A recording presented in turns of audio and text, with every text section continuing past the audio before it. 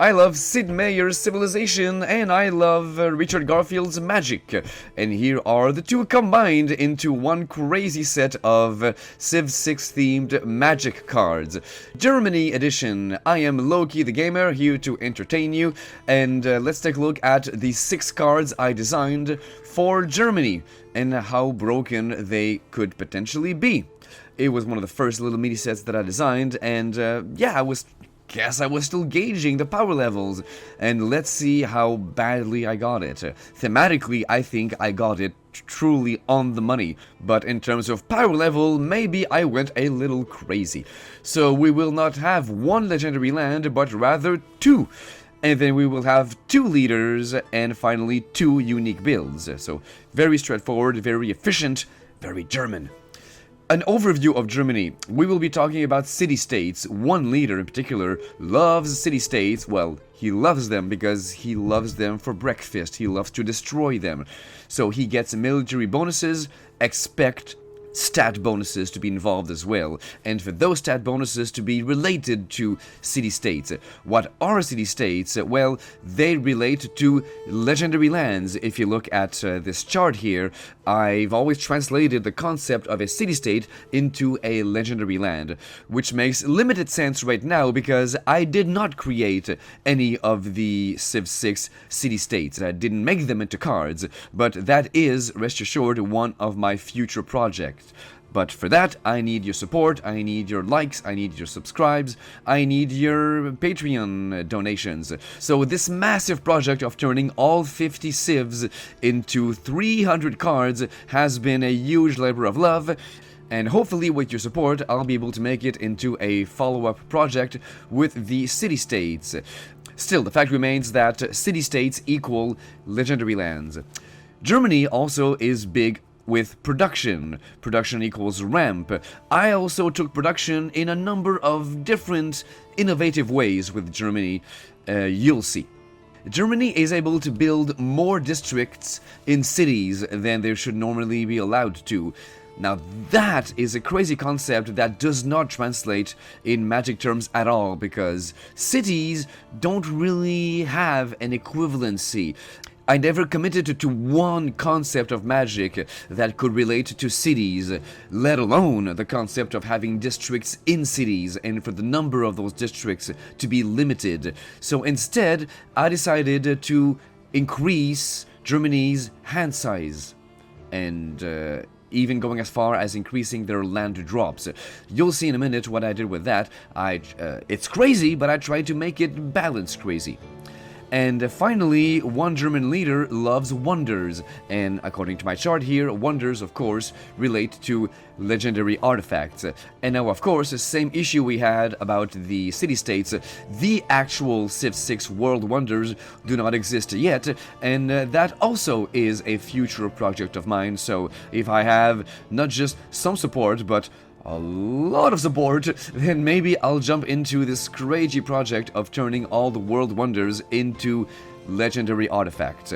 So there you go. For now, if these cards did exist, one would have to limit themselves with the existing legendary artifacts that already are in Magic.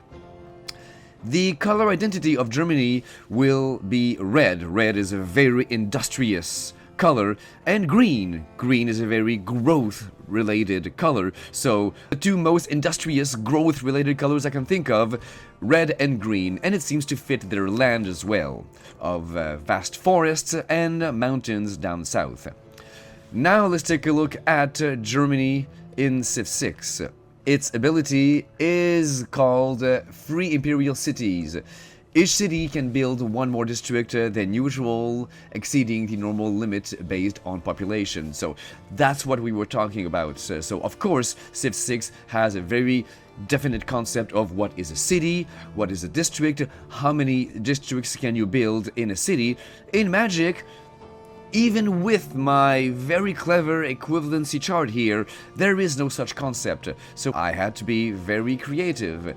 Let's take a look at the Germany card, and be warned, yes, it's a mythic rare, maybe it should be a mythic rare. Legendary land, Germany. Germany enters tapped. That was the least I could do given how crazy it gets. Your hand size is increased by 1. That is to reflect the fact that you can build extra districts. That makes sense to me, but it's also rather weak. To help turn this into something actually useful, if Germany is in your starting hand, reveal it and draw a card at the beginning of your first turn. So not only your hand limit is enhanced, but you actually get to use that extra hand limit by having an extra card at the beginning of your first turn. But of course you have to be lucky for that to happen. Germany is a land like any other. If you play Commander, then it's lost in your 99. Are you willing to mulligan again and again and again just to ensure that Germany is in your starting hand so you can draw an extra card? Well, mulliganing reduces the number of cards you have in your hand. So is it worth it to reduce the number of cards you have in your starting hand just to increase it by 1? So there's a limit, the number of mulligans that you want to do just to get Germany in your starting hand. However, there's more than that. You may play an additional land on each of your turn. That too is to reflect the fact that you can build more districts. And yes, you heard correctly, I gave an extra land drop ability to a mere land. That is something that should not be taken lightly. The Oracle of Muldaya costs 4 mana to get something like that online. Other cards like Azusa cost 3, and they cannot be taken lightly, and they can be removed easily. They're just creatures. This is a land. It drops for free, and it's very hard to get rid of. It's very hard to neutralize. So what was I thinking to allow you to drop an extra land on each of your turns? If this is in your starting hand, then not only you get that first draw, but you get to play 2 lands every turn? That's crazy. That's too strong. I tried to balance it with the last ability. After all, this is a land. You expect this land to generate mana. That's what lands usually do. But this is the only way that you can generate mana with Germany. Tap, add a green or a red, very neat, but you must return a land you control to its owner's hand. So yeah, you do get an extra land drop, but every time that you use Germany, you have to bounce a land. So it rather evens out. You could choose just not to use Germany, don't draw upon the mana of Germany, and keep getting an extra land drop every turn. Sure, that is possibly the best option, but then you are voluntarily foregoing using a mana that is available to you. So you do get on turn 1 2 lands, but if you use only one of them and not Germany, then it's as if you really had only 1 land. So you've got some interesting decisions to make. Should you use Germany to really cast something very quick, but in that case you end your turn with only 1 land on the battlefield, so really the same as anyone else. I think that if you do have a 2-drop mana rock, for example, then it's worth it. Then you can drop that rock on turn 1. But then again, this is a red-green deck. You probably don't use mana rocks, you probably use elves, who cost 1 anyway. So, I don't know, perhaps if you have 2 elves in your hand, then perhaps it's worth using the mana of Germany, bouncing a land into your hand, and start next turn with 1 land and 2 elves in play. Then, yeah, so you've got some numbers to crunch, but the potential is there, and I really tried not to make it too powerful, but I'm probably fooling myself. You're probably rolling around the floor in apoplexy, listening to how broken this land is. Well, moving right on to the leader of Germany, the original one that was in the game when it was first out, Frederick, the Holy Roman Emperor. He has an ability called, sure enough, Holy Roman Emperor. Additional military policy slot, so expect some military bonuses, and expect even more military bonuses when fighting city-states, which we already said were legendary lands. So let's take a look at my Frederick Barbarossa, Holy Roman Emperor. That nearly filled the lineup there. Those letters are mighty thin to fit all of that. He costs 6. Yeah, he's one of the most costly legendary creatures that I created in this project, and just as well he might cost 6 because he's quite a game changer. So he is red-green plus 4 generic, a rare human warrior advisor, 5/5, and in order to reflect the fact that he conquers city-states, You get to tap him and sacrifice a creature to gain control of target legendary land until you lose control of Frederick. So yeah, he just steals other people's legendary lands. That's how he conquers city-states. The fact that you must sacrifice a creature represents the military losses that he incurred during that conquest. So I try to make it not only realistic but also fairly balanced. And also the fact that if your opponents find a way to neutralize Frederick, so he is just one little creature removal away from leaving the battlefield, and when that happens, everyone regains control of their lands. So it's powerful, but controllable. And also, you might say, well, that is not useful if your opponents don't have legendary lands.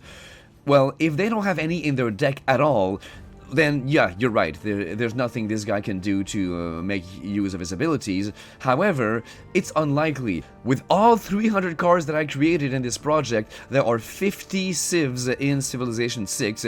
Each one has at least one legendary land. So if these cards did exist, let's say they did, and people played each other using specifically cards from this set, then yeah, they would have a bunch of very powerful legendary lands to draw upon, so very likely people would have a lot of legendary lands in play, more than they do right now with just existing legal Magic cards.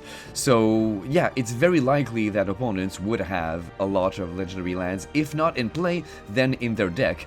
And if we read on Frederick Barbarossa, he has a nasty way of actually getting those out of your deck and in play. For 2 red and tap him, search target opponent's library for a legendary land and put it on the battlefield under that player's control. Then shuffle that library. I am not aware of any existing Magic card that allows you to go search for a card in an opponent's deck, to tutor a card out of an opponent's deck. And it's not as if you get to steal it. No, you put it in play under their control. So hey, I'm truly tutoring something for you. I'm getting it out of your deck and putting it into play under your control. You're welcome. So I'm not aware of anything in Magic that does that, but I realized, why not? Why isn't there something that does that? It's not that crazy. And of course, it makes sense because Frederick Barbarossa, next turn, will very likely steal that land. So there you go, but since he has to tap for either of those abilities, one turn he'll get a land out of your deck and into play, next turn he'll steal it. Next turn he'll get another land out of your deck, next turn he'll steal it. Yeah, so he gets to steal something every other turn, he gets to draw something from your deck and put it into play every other turn. Unless of course you help him by putting legendary lands of your own in play. In that case, yeah, he'll say, thank you, you saved me a turn.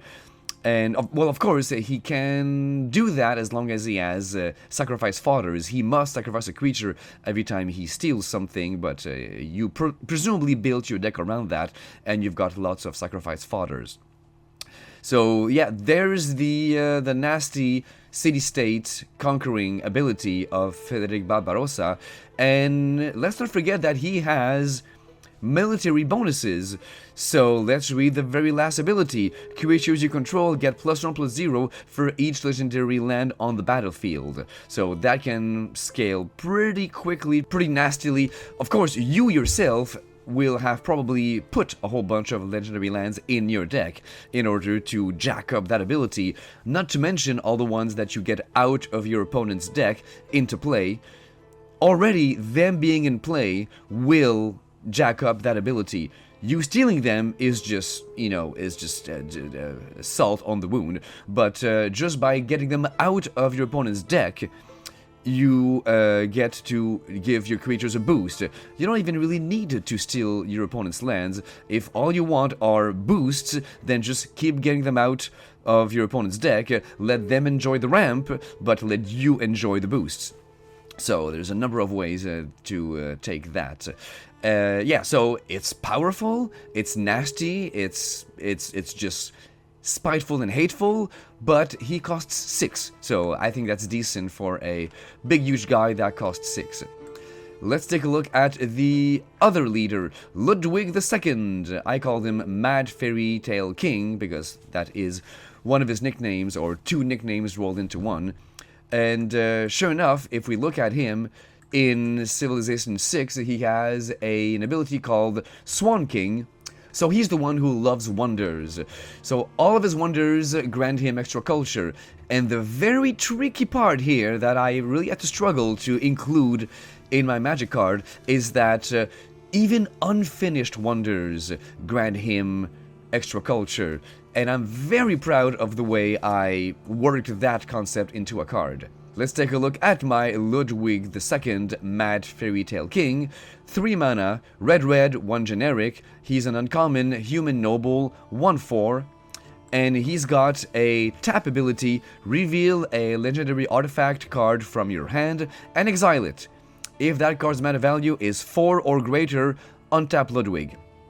So, yeah, so not only you get to exile some wonders, don't forget, wonders are legendary artifacts, but if you exile particularly big and juicy wonders, then you get to untap him and potentially do it again. So you could exile all the wonders from your hand if they are big enough. If they're small, then you'll just have to wait next turn and do it again. So, yeah, the concept here is that those wonders are partially built.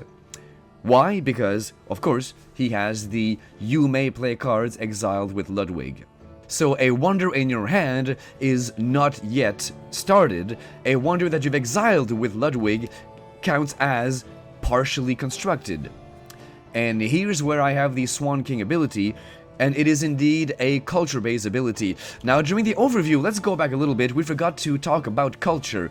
Culture is a way of pacifying enemies. Usually, I've associated culture with tapping opponent's creatures, with rendering them incapable of damaging you, damage prevention, things like that. Why? Because culture is a peaceful ability. You win a culture victory because you have a high tourism, people are at peace with you, people love you, they want to visit you, and they're busy admiring the wonders of your land instead of attacking you. That's always been the logic with these pacifying abilities. And in this case, I chose something a little different, something that isn't on this list. I chose to turn culture into an extra cost to attack. So if you want to attack Ludwig, he's got such a wonderful, beautiful culture that you have to pay an extra price in order to attack him. So let's read his Swan King ability. Creatures can't attack you unless their controller pays X for each of those creatures, where X is the number of legendary artifacts you control, plus the number of cards exiled with Ludwig. And here's where I managed to work in the fact that built wonders do count, do earn you culture, but also partially constructed wonders also earn you the same culture, just like the Civ 6 power that we read. So that's why your built artifacts, legendary artifacts, do count, and also those that you've exiled with Ludwig. Even if you never finish them, even if you never cast them from exile, they will count towards this attack deterrent, this extra attack cost. I'm really happy about how he turned out. It's very useful, it's a very playable magic card. He could totally be the commander of a deck that focuses on legendary artifacts and your opponents not being able to attack you, and then you win some other way. You whittle them down with some direct damage, perhaps, I don't know, but you count on the fact that you are nearly impossible to attack. They will have to destroy either Ludwig himself or destroy your wonders, destroy your legendary artifacts. But even if they destroy those, there's nothing they can do about the ones you've exiled. So yeah, that's a very nasty way. And also, you get to do something that I absolutely love. You get to cast things from exile. I have a Faldorn deck that has every imaginable power that you can think of that gives you a little bonus whenever you cast something from exile. A concept that the Doctor Who set called Paradox. So yeah, I absolutely love that deck. And yeah, Ludwig II would be, well, he wouldn't replace my commander because I love my green cards in that deck, but he would totally be in the 99. Or would he? I don't have enough legendary artifacts in that deck to warrant him being in my Faldorn deck, but yeah, I would basically just build a brand new deck out of him that uses the same gimmicks as my Faldorn deck. I just love that concept so much. Why not make a second deck? So yes, if these civilization cards did exist, this Ludwig II card would be a prime target for a commander deck that I would like to build.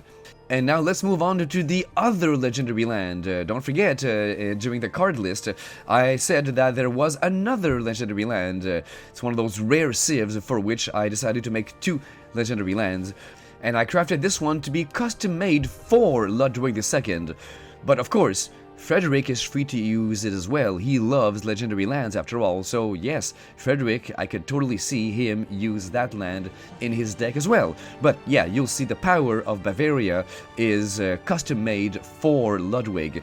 First of all, it's a mountain. I love the fact that my legendary lands occasionally have basic land types, and it taps for red, of course. I didn't have to write that because it's a mountain. That goes without saying. Anyway, Eternal Enigma is the name of Ludwig II's agenda, so what you have to do when you play against him as an AI to please him or to piss him off. And basically he loves districts. He loves, just like Frederick really, he loves when you have a lot of districts like he does.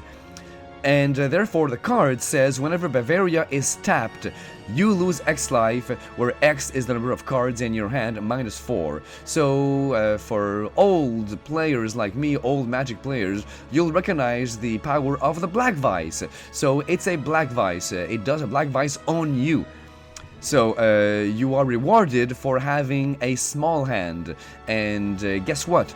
Ludwig II will usually have a small hand because he tends to exile a bunch of cards from his hand. So this Black Vice power won't really hurt him all that much. It also reflects the fact that if you've played a lot of districts, then those are cards that you've played from your hand. So yes, they're no longer in your hand, those districts are on the battlefield. So it kind of works in that regard as well. It respects the theme of his agenda. Of course, if that's all this land did, then what would be the bloody point? A land that could potentially hurt you? Well, that's because after you've done that, after you've taken some potential damage, you get to repeat this process once for target opponent. So this thing has a built-in Black Vice that affects you, which in theory won't really hurt you all that much, but it affects an opponent of your choice as well. So yeah, a built-in Black Vice, gone are the days where the Black Vice was a really big deal, because now decks tend to just ramp so quickly and just throw things on the table. By turn 3, you're already down to 4 or 5 cards, so a Black Vice is not such a scary thing anymore, but this is a free ability, it's on a land, so why not play that? Why not play Bavaria? And it's only a common after all, so it seems to be a neat addition in a Ludwig and even in a Frederick deck. Now, of course, where this could turn against you is if you have the Germany land in play that increases your hand size, and if you actually make use of that, if you fill up your hand, then you might not enjoy this Black Vice effect. But there we go, choices to make. And now let's take a look at the unique unit of Germany. It is the U-boat, so a seafaring vehicle. I very often make ships into blue vehicles, but I wouldn't do that to Germany because then it wouldn't be able to cast its own vehicle. So a 5-cost artifact vehicle, 6/2. It's a submarine, so low defense but very high attack. Since it's a submarine, I gave it all the logical abilities of a submarine. So it has enhanced visibility, and it cannot be seen until it attacks. So therefore, when it enters, you may look at the top card of each player's library. You get to peek a little bit.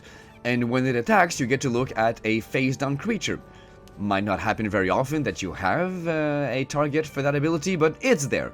And what is unique about the U-boat, why it's a better submarine, is that when it fights on open ocean, it gets a combat bonus. So therefore I gave it a +2/+2 when blocking or blocked by 1 or more vehicles and or blue creatures. So basically if it fights a ship that's a vehicle, and if it fights a sea creature, that's a blue creature. Well, of course, I'm aware that not all blue creatures are sea creatures. Lots of them are birds or djinns or whatever. But let's not make this U-boat ability too restrictive. We want it to be playable after all. And I'm aware that usually in my other cards, the concept of a ship is treated as a blue vehicle, not just any vehicle. But once again, I didn't want to make this U-boat ability too restrictive, too useless, so I decided that, hey, you get your bonus if you fight any vehicle, even if it's something that isn't seafaring at all. You deserve your bonus, little U-boat. And it's got a crew of 3. So an expensive vehicle, but a crew of 3, not so bad. And it's only an uncommon, so it doesn't have to be absolutely mind-blowing anyway. And finally, if you didn't think that my Germany set was as broken as you expected it to be, let's take a look at the unique infrastructure, the Hansa. The Hansa in Civilization 6 is an improved industrial zone. An industrial zone is all about production, while the Hansa is even better at it. So expect a lot of production from my card, but I decided to take the production in a little different direction than usual. Normally production equals ramp, but this time I decided to fill up your hand. So in order to take advantage of the extra hand size you have with the Germany land. So in this case, production equals card draw, not so much production. And what is the Hansa? Well, it's an improvement on the land, and my chart tells me that that should be either a land aura or an artifact. And I did make it an artifact, but I did something crazy. I made it an artifact land. Now, I know, obviously, I did not invent the concept of artifact lands. There have been artifact lands in Magic since Mirrodin, but never any that were quite so game-changing. When Hansa enters, you draw cards up to your hand size limit. Then you lose 1 life for each card in your hand. So the thing to do is, of course, is to empty your hand, then play that. You'll get to draw a bunch of cards, but then lose 7 or maybe 8, if Germany's in play, life. And also, fun fact, if you have no hand limit, then you draw your entire deck and you die. Fun. But conceivably, you wouldn't be playing with Reliquary Tower and similar effects if you play with Hansa. You would just play it for a whole bunch of free card draw without suicide. If you play this and your hand is already quite full, then you'll draw maybe 1 or 2 or maybe no cards, but you'll still lose a bunch of life. So it's got amazing potential, but if you played badly, you'll lose a bunch of life without getting any or barely any card draw. And it felt like I should do another nod at the concept that this is a production thing. So I invoked the concept of assembly worker creature tokens. At the beginning of your end step, each player creates a colorless 2/2 assembly worker artifact creature token for each card in your hand. And I remind you that when you play Hansa, you just filled up your hand. So right away, that turn, everyone gets to create a bunch of assembly workers. So this changes the face of the game drastically.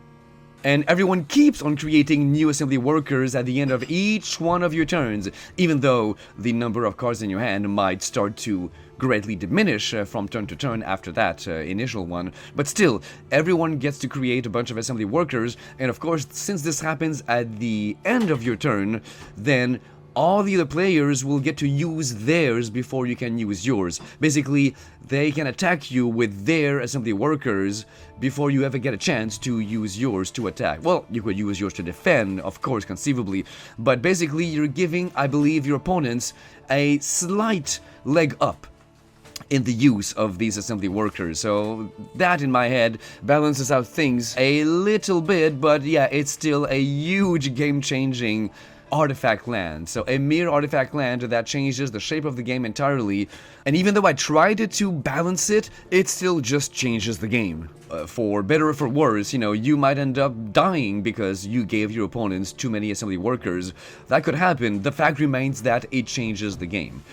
And of course, by itself, it taps for 1 colorless. Yay! A bad mana land.